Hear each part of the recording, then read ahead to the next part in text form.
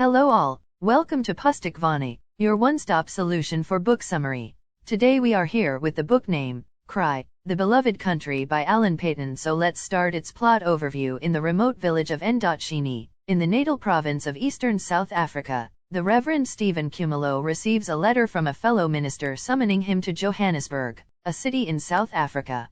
He is needed there, the letter says, to help his sister, Gertrude, who the letter says has fallen ill. Khumalo undertakes the difficult and expensive journey to the city in the hopes of aiding Gertrude and of finding his son, Absalom, who traveled to Johannesburg from Ndotshini and never returned. In Johannesburg, Khumalo is warmly welcomed by Misimangu, the priest who sent him the letter, and given comfortable lodging by Mrs. Litherby, a Christian woman who feels that helping others is her duty. Khumalo visits Gertrude, who is now a prostitute and liquor seller, and persuades her to come back to Ndotshini with her young son.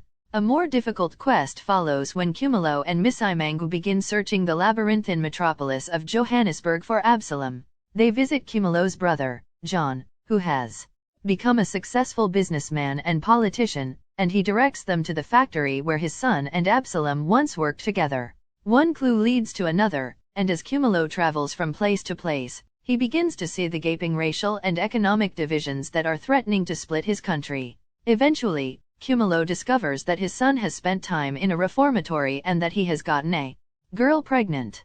Meanwhile, the newspapers announce that Arthur Jarvis, a prominent white crusader for racial justice, has been murdered in his home by a gang of burglars. Khumalo and Misimangu learn that the police are looking for Absalom, and Khumalo's worst suspicions are confirmed when Absalom is arrested for Jarvis's murder. Absalom has confessed to the crime, but he claims that two others, including John Khumalo's son, Matthew, aided him and that he did not intend to murder Jarvis. With the help of friends, Khumalo obtains a lawyer for Absalom and attempts to understand what his son has become. John, however, makes arrangements for his own son's defense, even though this split will worsen Absalom's case. When Khumalo tells Absalom's pregnant girlfriend what has happened, she is saddened by the news, but she joyfully agrees to his proposal that she marry his son and return to Ndotshini as Khumalo's daughter-in-law. Meanwhile, in the hills above Ndotshini, Arthur Jarvis's father, James Jarvis, tends his bountiful land and hopes for rain. The local police bring him news of his son's death, and he leaves immediately for Johannesburg with his wife.